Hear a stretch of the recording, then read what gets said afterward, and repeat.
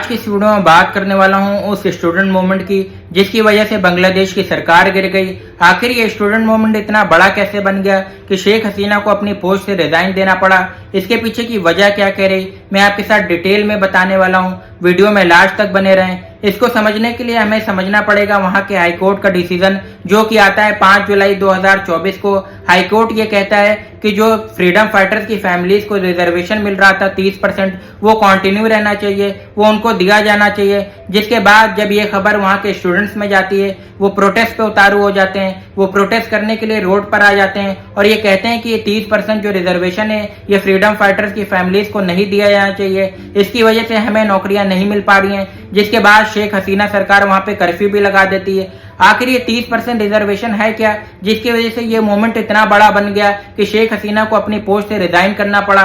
इसको समझने के लिए हमें बांग्लादेश की हिस्ट्री में चलना पड़ेगा। आइए बात करते हैं 1971 में जब बांग्लादेश आजाद हुआ था। उसके बाद वहां के लोगों ने कहा कि हमारे फ्रीडम फाइटर्स ने देश के लिए कुर्बानियां दी हैं, उन्होंने देश के लिए खून बहाए हैं, उनको नौकरियों में कुछ % आरक्षण दिया जाना चाहिए। जिसके बाद 1972 में फ्रीडम फाइटर्स की फैमिलीज के लिए 30% सीटें रिजर्व कर दी जाती हैं वहां की सरकारी नौकरियों में। वहां तक तो ठीक था, लेकिन उसके बाद 1992 में एक बार फिर से ये बात उठती है कि अब उनके बेटों के लिए भी 30% सीटें रिजर्व कर दी जानी चाहिए सरकारी नौकरियों में। तो उसके बाद सरकार एक बार फिर से उनके बेटों के लिए भी 30% रिजर्वेशन कर देती है सरकारी नौकरियों में। धीरे धीरे फिर 2010 आता है जब ये कहा जाता है कि अब उनके पोतों और पोतियों को भी 30% सीटें मिलनी चाहिए क्योंकि उन्होंने देश के लिए खून बहाया है, तो उनको 30% रिजर्वेशन मिलना चाहिए।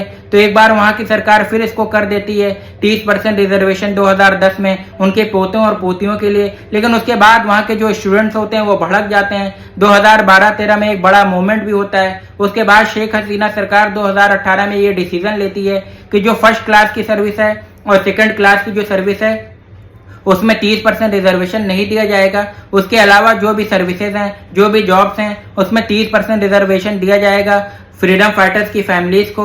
उसके बाद एक पिटीशन फाइल होती है 2021 में जो कि फाइल करते हैं फ्रीडम फाइटर्स की फैमिलीज के बच्चे, जिसका डिसीजन आता है, जिसका फाइनल जजमेंट आता है 5 जुलाई 2024। ये वही दिन है जिसके बाद मूवमेंट स्टार्ट होता है। वहां की हाईकोर्ट ये कहती है कि 30% रिजर्वेशन दिया जाना चाहिए उनकी फैमिलीज को।